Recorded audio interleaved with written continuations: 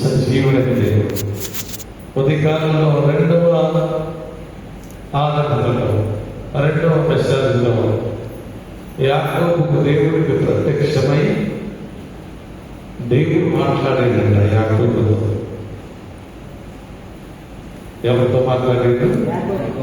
యాకోబుతో మాట్లాడేదంట. ఏమని మాట్లాడాడంటే, మీ తాతతో మాట్లాడాను, మీ తండ్రితో మాట్లాడాను, నీతో మాట్లాడు. వాళ్ళ తండ్రి ఎవరు చెప్పాలి? వాళ్ళ తండ్రి ఎవరు? ఇస్సాకు. వాళ్ళ తాత ఎవరు? వాళ్ళ తాత ఎవరు? అబ్రహాము. దేవునికి మహిమ కలుగుతుంది కాగలలేదా? అట్లా మాట్లాడేదని ఉదయకాల సభ్యులు దేవుడు మాట్లాడేది. నీతో కూడా మాట్లాడుతున్నాను. సీఎం ప్రార్థన మందిరంలో ఉన్నటువంటి క్యాలెండర్లు ఎంతమంది దగ్గర ఉన్నాయి? ఎంతమంది ఇంట్లో ఉన్నాయి? ఎంత గృహాల్లో ఉన్నాయి? ఉన్నాయా? ఉన్నాయా? ఎంతమంది ఈ దినాన్న వాక్యాన్ని చదివారు? ఈ దినాన్న వాక్యాన్ని ఈరోజు సండే 5వ తేదీ వాక్యంలో ఏముంది? చదివారా? లేదు. చదివేవా? ఏమంటుంది? దేవునికి మహిమ కలుగుతుంది కదా. మీరు ఫలించి అభివృద్ధి చెందాలి. ఫలించే ముందు అభివృద్ధి చెందాలనే ముందు ఒక మాట రాసింది. ఆదికాండము 35వ అధ్యాయము 11వ వచనములో. ఆదికాండము 35వ అధ్యాయము 11వ వచనం. మరియు దేవుడు నేను సర్వశక్తి కలిగినటువంటి దేవుడను, మీరు ఫలించి అభివృద్ధి పొందము. చాలమ్మా. ఏమంటున్నాడు దేవుడు? ఏమంటున్నాడు చెప్పండి? ఏమంటున్నాడమ్మా? ముందేమంటున్నాడు? నేను సర్వశక్తి కలిగినటువంటి దేవుడను. ఎలాంటి దేవుడు ఉంటారు? నమ్మిన దేవుడు సర్వశక్తి కలిగినట్టు ఆయన ఏదైనా చేయగలడు. దేవునికి మహిమ కలగదు. ఏదైనా చేయగలడు. తాల్మాలు చేయగలడు, యుద్ధము చేయగలడు, మేలు చేయగలడు, ఉపకారం చేయగలడు, అద్భుత కార్యాలు చేయగలడు, ఆశ్చర్య కార్యాలు చేయగలడు, గొప్ప కార్యాలు చేయగలడు. ఆయనకు సాధ్యమైనటువంటిది ఏది లేదు. ఇంకొక దగ్గర అంటాడు, నేను సర్వ శరీరులకు దేవుడును, నాకు సాధ్యమైంది ఏదైనా కలదా అంటున్నాడు. దేవునికి మహిమ కలుగునుగా. హల్లెలూయా. ఇక్కడ ఏమంటున్నాడంటే, నేను సర్వశక్తి కలిగిన దేవుడను, నువ్వు ఫలించాలి, అభివృద్ధి పొందాలి. దేవుడు ఈ దినాన్ని మన మధ్యలో ఉండి నీతో నాతో మనతో మాట్లాడుతున్నాడు ఏంటంటే, నేను సర్వశక్తి కలిగిన దేవుడిని ఇక్కడ ఉన్నాను కాబట్టి మీరు ఫలించాలంటే, మీరు అభివృద్ధి పరచబడాలంటే నా మాట మీరు వినాలి. నా మాట విని గ్రహించి దాని ప్రకారంగా మీరు వినుమారమాత్రమై ఉంటే మిమ్మల్ని మోసపోతున్నారు. దేవునికి వినుమారు మాత్రమై ఉండక ఏం చేయాలి? యాకోబు పత్రిక 1వ అధ్యాయం 22వ వచనం. యాకోబు పత్రిక 1వ అధ్యాయం 22వ వచనం చదవాలి. యాకోబు పత్రిక ఏప్రిల్ రాసిన పత్రిక పక్కనే ఉంటుంది, చదవాలి. యాకోబు పత్రిక ఏమన్నా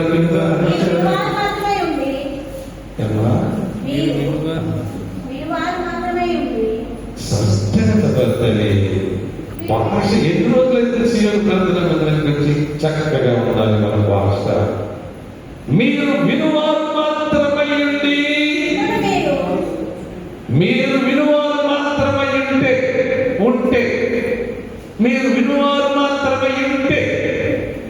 మిమ్మల్ని మీరు మోసపుచ్చుకుంటున్నారు.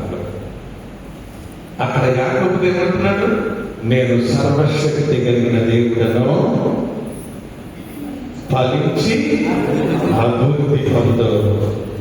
నా మాట విను, నా చిత్తానుసారంగా నడుచుకో అని చెప్తున్నాడు. ఆ మాట యాకోబు ఏం చేయాలి? వినాలి, గ్రహించాలి, దాని ప్రకారంగా నడుచుకోవాలి. ఒకవేళ యాకోబు వినువాడు మాత్రమే ఇంకా ఏం చేసేవాడు అన్నమాట, తను తాను మోసపుచ్చుకున్నాడు. మన పితరులు విన్నారు, గ్రహించారు, దాని ప్రకారం నడుచుకున్నారు. మనం వింటున్నాం కానీ గ్రహించలేకపోతున్నాం, విని గ్రహిస్తున్నాం కానీ దాని ప్రకారంగా నడుచుకోలేకపోతున్నాం. అందుగురించి దేవుడు మనతో మాట్లాడుతున్నారు. మిమ్మల్ని వినువారు మాత్రమే ఉంటే మిమ్మల్ని మీరు మోసపుచ్చుకుంటున్నారు. ఒక దగ్గర ఏముందంటే మోసపోకుడి, దేవుడు వెక్కిరించబడడు. మనుషుడు ఏమి విత్తునో అది పంటకు వస్తుంది. మరి వినువారు మాత్రమై ఉంటే మోసపుచ్చుకోకుండా మరి ఏం చేయాలి? మోసపుచ్చుకోకుండా ఉండాలంటే ఏం చేయాలి మనము? దాని గురించి రాస్తుంది. ఏమని? వాక్య ప్రకారం చదువు. నేను దీని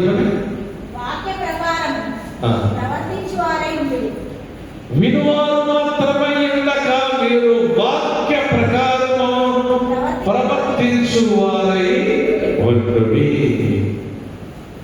వాక్య ప్రకారంగా మనం నడుచుకుంటే కనుక మనం ఏమవుతాము? నా ప్రశ్న జవాబు రావాలి. వాక్య ప్రకారంగా నడుచుకుంటే మనం ఏమవుతాము? ఫలించుతాము, అభివృద్ధి పొందుతాం. దేవునికి మహిమ కలుగునుగా. హల్లెలూయా. ఫలించుతాం, అభివృద్ధి పొందుతాం. ఫలించడం అంటే ఏంటి? నీటి కాలముల వారున నాటబడిన వారై ఆకువాడక తన కాలమందు ఫలమిచ్చు చెట్టు వలె ఉండును, అతడు చేయనదంతా సఫలమగును. అదే ఫలించుతారు. మంచిగా ఫలించాలి, ఫలించే వారిగా ఉండాలి, ఫలించే కుటుంబంలో ఉండాలి, ఫలించే వ్యక్తులుగా ఉండాలి.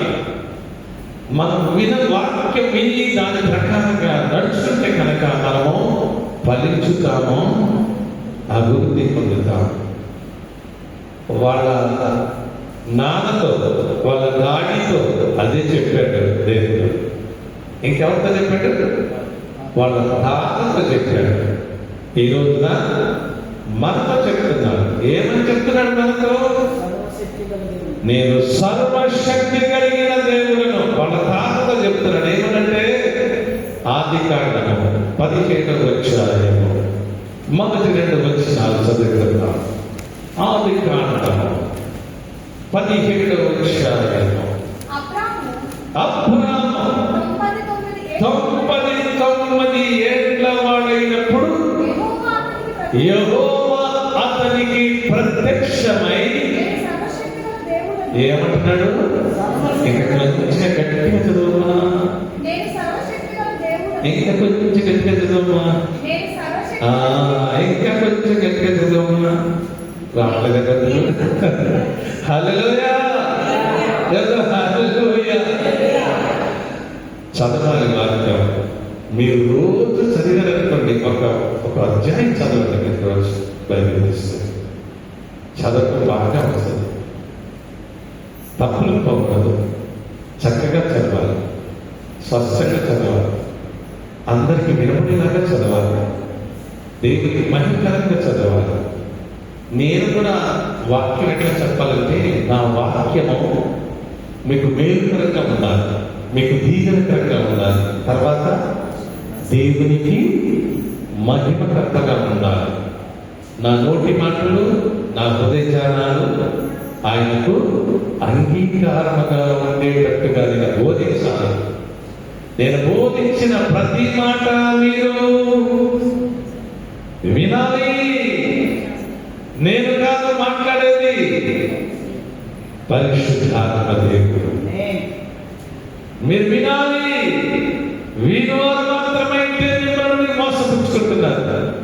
యేసు ప్రభు అంటున్నాడు, ఈ లోకంలో ఉన్నప్పుడు ఏమన్నాడంటే, మత్తయి సువార్తలో 13వ అధ్యాయంలో 15వ వచనంలో ఏమంటున్నాడంటే, మత్తయి సువార్త 13వ అధ్యాయంలో ఈ ప్రజలు కన్నులారా చూచి చెవులారా విని మనసు త్రిప్పు కనుక నా వలన స్వస్థత పొందకున్నట్టు వారు హృదయములో కమ్మినవి, వారి చెవులు వినుటకు మందమైపోయింది. కన్నులు వస్తున్నారు. ఇక్కడ రెండు ఉన్నాయి, ఒకటి చెవులు, రెండు కన్నులు. దేవుని మహిమ కలుగునుగా. హల్లెలూయా. మీకు చెవులున్నాయి, వినాలి. కన్నులున్నాయి, చూడాలి. విని గ్రహించాలి, దాని ప్రకారంగా నడుచుకోవాలి. వెనకపోతే మీ హృదయము ఏమిందంట? నేను చెప్పను, మీరే మీ హృదయములు కొమ్మినవి అంటున్నారు. దేవునికి మహిమ కలుగునుగా. హల్లెలూయా. ఇక్కడ అలాంటి వాళ్ళు ఎవరు లేదనుకుంటున్నాను నేను. హల్లెలూయా. మీరు ఉన్నవారు మాత్రమే ఉండాలి, గ్రహించేవారికి ఉండాలి, దాని ప్రకారం నడుచుకోవాలి. దానికి ఎంత అంటున్నాడు? ఏమనంటే, చదువు, మీరు వినుట మట్టుకు విందురు కానీ గ్రహింపనే గ్రహింపరు, చూచుట మట్టుకు చూచురు కానీ ఎంత మాత్రమును తెలుసుకోరు. దేవునికి మహిమ కలుగునుగా. హల్లెలూయా. మనం అట్లా ఉండకూడదు. వాక్యం వినాలి, వాక్య ప్రకారంగా నడుచుకోవాలి. నడుచుకుంటే ఏమవుతాం? ఫలించుతాం, అభివృద్ధి పొందుతాం. మన పితృడైనటువంటి అబ్రహాముతో అదే మాట్లాడినాడు. ఆదికాండం 17వ అధ్యాయంలో 99 ఏళ్ళ వయసు వచ్చినప్పుడు ఆ దేవుడు అతనికి ప్రత్యక్షమై అంటున్నాడు, నేను సర్వశక్తి కలిగినటువంటి దేవుడను, నా సన్నిధిలో నీవు నడుచుచు నిందారహితుడవై ఉండుము. ఏమంటున్నాడు? ముందేమన్నాడు? సర్వశక్తి కలిగిన దేవుడు. ఈ సర్వశక్తి కలిగిన దేవుడు, సర్వశక్తి కలిగిన దేవుడు అని అంటున్నాడు కదా. దేవుడు ఈ సర్వశక్తి అనే దేవుడు ఆ శక్తి మీద పాటరాయాలని ఆశ కలిగి హైలైట్. ఏమన్నా తెలుసా? ఏం రాశాడు? సర్వశక్తి మంతుడా, సర్వాధికారి, నిత్యము స్తుతులకు యోగ్యుడా, సత్య స్వరూపి, సర్వజ్ఞుడా, సర్వభూమికే మహారాజువయ్యా అని పాట రాశాడు. గారు మీరు పాడుకుంటున్నారా? పాడుకుంటారా? శివుడి పాటల బుక్కులో 8వ పాటలు. హల్లెలూయా. ఆ పాట రాయడానికి దేవుడు మహాకృపనిచ్చాడు. అబ్రహాముతో మాట్లాడాడు కదా, ఇస్సాకుతో మాట్లాడాడు కదా, యాకోబుతో మాట్లాడాడు కదా. ఆయన వర్ణించి, ఆయన గణపరిచి, ఆయన మహిమపరిచి, ఆయన హెచ్చించాలని ఆ పల్లవిని సమకూర్చి రాయడానికి దేవుని మహాకృపనిచ్చాడు. దేవునికి మహిమ కలుగునుగా. హల్లెలూయా. అందుగురించి మన పితృడైనటువంటి అబ్రహాముతో, నేను సర్వశక్తి కలిగిన దేవుడను, నా సన్నిధిలో నీవు నడుచుచు నిందారహితుడవై ఉండము. తర్వాత నాకును నీకును. ఏమన్నా వచ్చేటప్పుడు బ్యాటరీలు ఛార్జ్ చేసుకున్నారు. మన ఫోన్లో ఛార్జ్ అయిపోయింది. ఏం చేస్తాం? చెప్పండి, ఏం చేస్తాం? ఛార్జ్ చేస్తే ఫుల్ ఛార్జ్ చేసుకుని, ఎందుకంటే యూట్యూబ్ చూడాలి, ఏది చూడాలి కదా, అవన్నీ మెసేజ్లు వస్తుంది. ఛార్జ్ ఉండాలి, ఛార్జ్ కాకపోతే ఏది కూడా కాదు. అదే దేవుడి సన్నిధికి వచ్చేటప్పుడు, బైబిల్ చదివేటప్పుడు ఏం చేయాలి? మనం ఛార్జ్ చేసుకోవాలా. తదుపరి ప్రభు యొక్క మహాశక్తిని బట్టి బలవంతులుగా ఉండాలి. దేవునికి మహిమ కలుగునుగా. హల్లెలూయా. నా సన్నిధిలో నిందారహితుడిగా నీ ఉండము.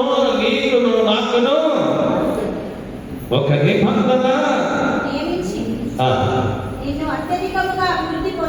నీ ముందు నాకును నీకును నా నిబంధన నియమించి నిన్ను అత్యధికముగా ఆశీర్వదించి అభివృద్ధి పరీక్షతనని అబ్రహాముతో చెప్పిన మాట అక్షరాల దేవుడు నెరవేర్చాడు. దేవుడికి మహిమ కలుగునుగా. హల్లెలూయా. అబ్రహాముతో ఎంతకాలం చేశాడు నిబంధన? చాలాసార్లు చెప్పారు, మర్చిపోతున్నారు. మర్చిపోతారు కదా. మధ్యమర్పు రాసుకున్నాడు బైబిల్ గ్రంథంలో. మధ్యమర్పు రాసుకుంటాడు. మనం అట్లా కాకూడదు. మధ్యమర్పు రాజు అయినప్పుడు ఏమన్నా రాజుకి చెప్పండి, మధ్యమరుపు అంటే ఏం చేసినా కానీ మర్చిపోతారు. దేవుడి మహిమ కలుగునుగా.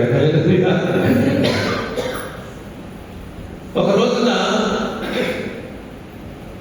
ఆయన సంవత్సరం ఒక నిద్రలో ఉన్నప్పుడు ఒక కళ వచ్చిందట.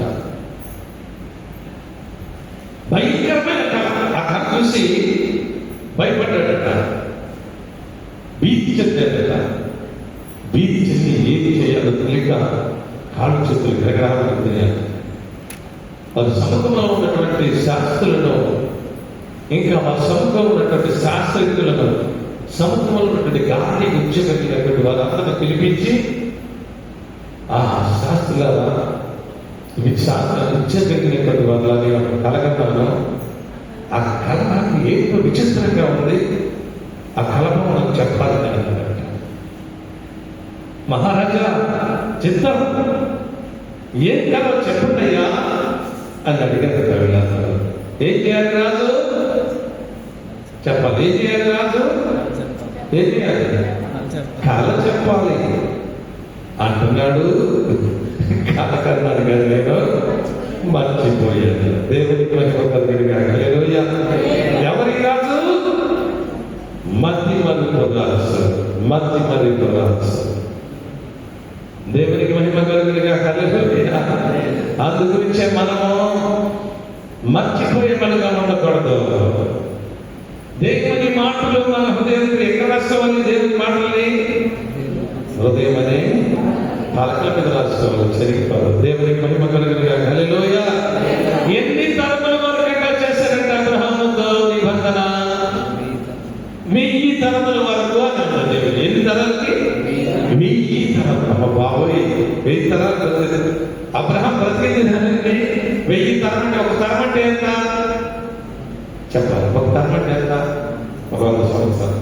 ఒక తరం అంటే 100 సంవత్సరాలు. 1000 తరం అంటే 1000 సంవత్సరాలు అన్నమాట. దేవునికి కలుగునుగా. హల్లెలూయా. 1000 తరముల వరకు నేను వ్యక్తి నీతో నిత్య నిబంధన చేశాను చెప్పాడు. దేవునికి మహిమ కలుగునుగా. హల్లెలూయా.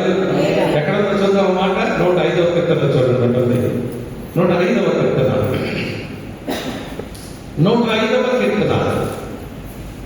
5-6 వచనాలు చూడండి.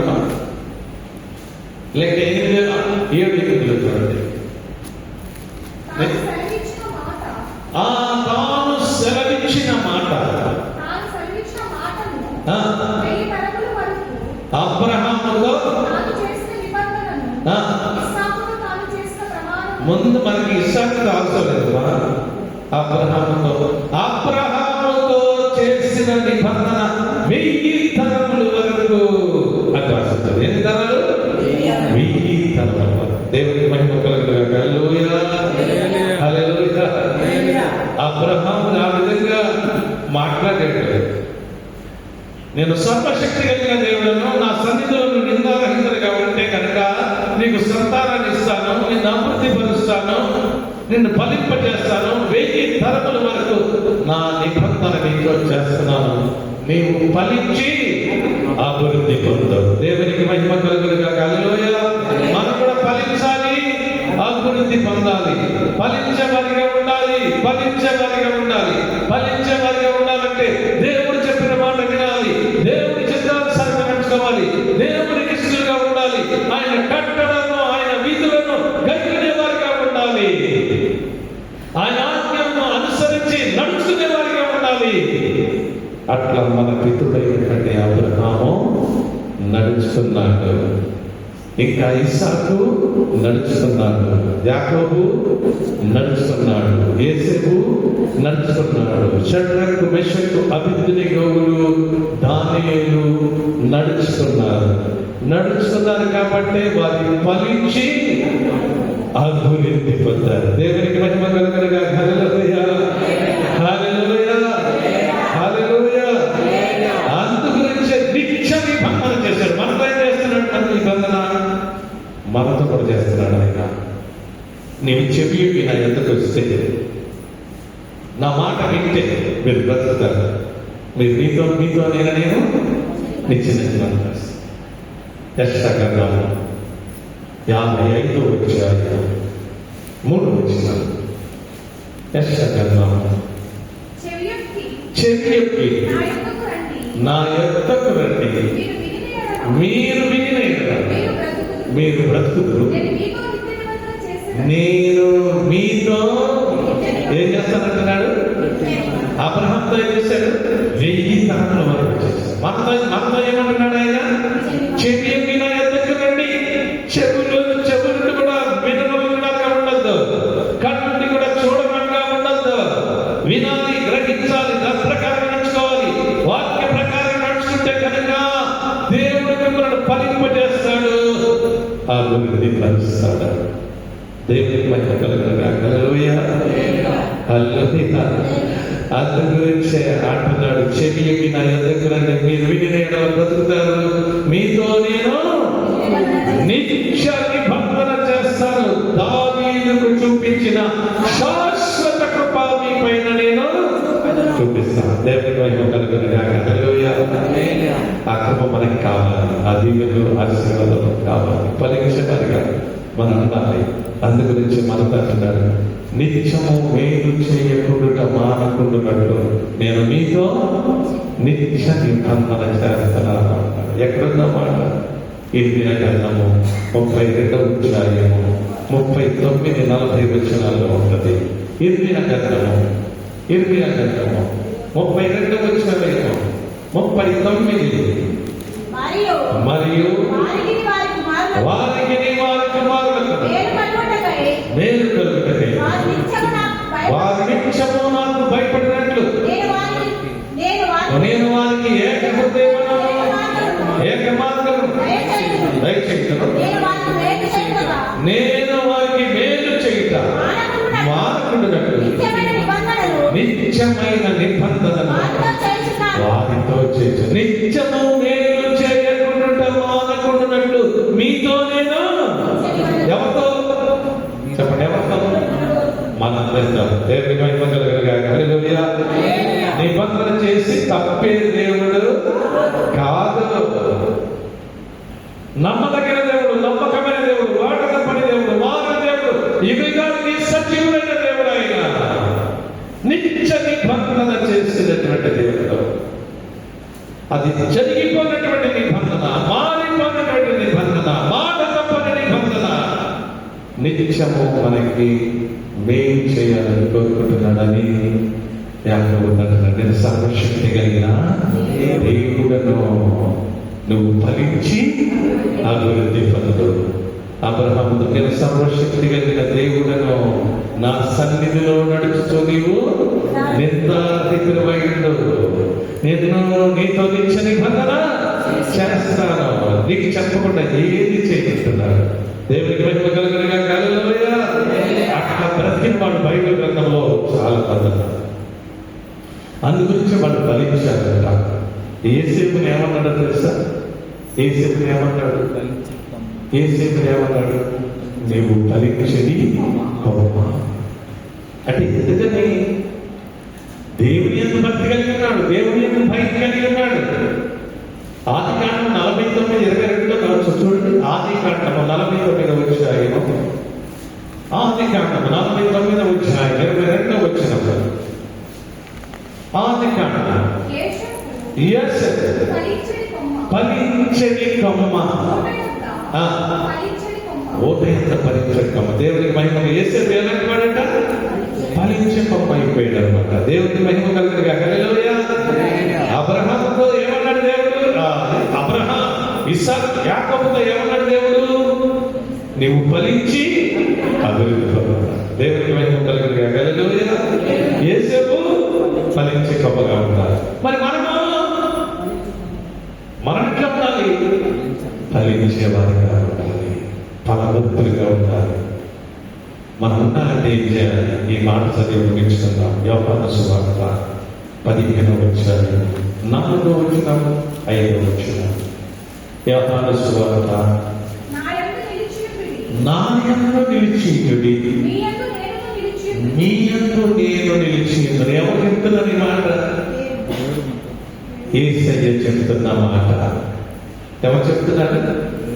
యేసయ్య చెప్తున్న మాట. సర్వశక్తిమంతుడు చెప్తున్న మాట. సర్వాధికారులైన దేవాది దేవుడు చెప్తున్నటువంటి మాట. మార్పులేని మాన దేవుడు చెప్తున్నటువంటి మాట. యుగాలకి సజీవుడైన దేవుడు, సర్వభూమికి మహోన్నతుడైనటువంటి దేవాది దేవుడు చెప్తున్నటువంటి మాట. ఏమంటున్నాడు? నా యందు మీరు నిలిచియుండుడి, నేను మీ యందు నిలిచియుందును. తీగ ద్రాక్షవల్లిలో నిలిచియుంటే కానీ ఎలాగ ఫలింపదో, నా యందు నిలిచియుంటే కానీ మీరు ఫలింపరు. దేవునికి మహిమ కలుగునుగా. హల్లెలూయా. మనం ఏం చెప్పండి? ఫలించాలంటే చెప్పాలి. ఏం చేయాలి? ఆయన యందు నిలిచి ఉండాలి, ఆయన మాట వినాలి, ఆయన చిత్తానుసారం నడుచుకోవాలి, ఆయన ఇష్టంగా ఉండాలి, ఆయన కట్టడలను ఆయన విధులను నెరవేర్చేవారిగా ఉండాలి. అందు గురించి మన పితరులైనటువంటి అబ్రహాము నెరవేర్చాడు, ఫలించాడు, గొప్ప దీని ఆశీర్వాదాలు పొందుతున్నాడు, గొప్ప ధనవంతుడైపోయాడు. యేసేపు భక్తి కలిగి పైకి వెళ్ళాడు. దేవుడు అతను ఎంత నిల్చున్నాడు. అతని వెంటబడి ఎవడూ లేదని పరువు చెప్పాడు. సింహాసనం కూర్చోబెట్టాడు. దేవునికి మహిమ కలుగునుగా. హల్లెలూయా. మనం కూడా యేసయ్యతో కట్టబడితే, ఆయనతో మనముంటే, మనతో ఆయనంటే మనం కూడా బహుగా ఫలిస్తాం. దేవునికి మహిమ కలుగునుగా. హల్లెలూయా. అందుగురించే అబ్రహామును తన దాసుడైనటువంటి ఎలియాను ఏమంటున్నాడంటే, ఆది కాండం 24వ అధ్యాయము 34-35 వచనాలు. ఆది కాండం 24వ అధ్యాయము 34-35. అంతటా అతడు ఇట్లా నేను అబ్రహాము దాసుడను, యెహోవా నా యజమానుని. ఏం చేశాడంట? చెప్పాలి. ఏం చేశాడంట? దేవుడు బహుగా ఆశీర్వదించాడంట. అంటే బహుగా ఫలించాడన్నమాట. దేవుని మహిమ కలుగునుగా. హల్లెలూయా. బహుగా ఆశీర్వదించను గనుక గొప్పవాడాయన. హల్లెలూయా. హల్లెలూయా. మనం కనుక యేసయ్యలో తీగవలె అంటు కట్టబడినట్లయితే ద్రాక్షవల్లిలో, అందుగురించి 15 అంటారు, ద్రాక్షవల్లి నేను, తీగను మీరు. నాలో అంటు కట్టబడితే మీరు బహుగా ఫలించుతారు. హల్లెలూయా. బహుగా ఫలిస్తారు. మీ తండ్రిలాగా, మీ తాతలాగా మీరు ఫలిస్తారు. కాబట్టి నా మాట విని నా చిత్తాన్ని సాధించుకొని ఆ విధంగా భక్తి కలిగి రైతు కలిగి ఉండమని చెప్తున్న దేవుని మాటలు విందాం. ఆయన చిత్తానుసారంగా నడుచుకుందాం. ఆయనకి ఇష్టంగా ఉందాం. ఆయన దాక్ష ఇచ్చిన మేలులు దీన్ని ఆశలు పొందుతున్నాం. అట్లా దేవుడు మనందరినీ కూడా బహుగా ఫలింపచేసి అభివృద్ధి పరచునుగాక. ఆమేన్. తలలు వచ్చి ప్రార్థన చేస్తున్నాం. పరిశుద్ధుడైన తండ్రి, జీవము కలిగిన యేసయ్య, కోటి వందనాలు. ఇది నాతో మాట్లాడాలని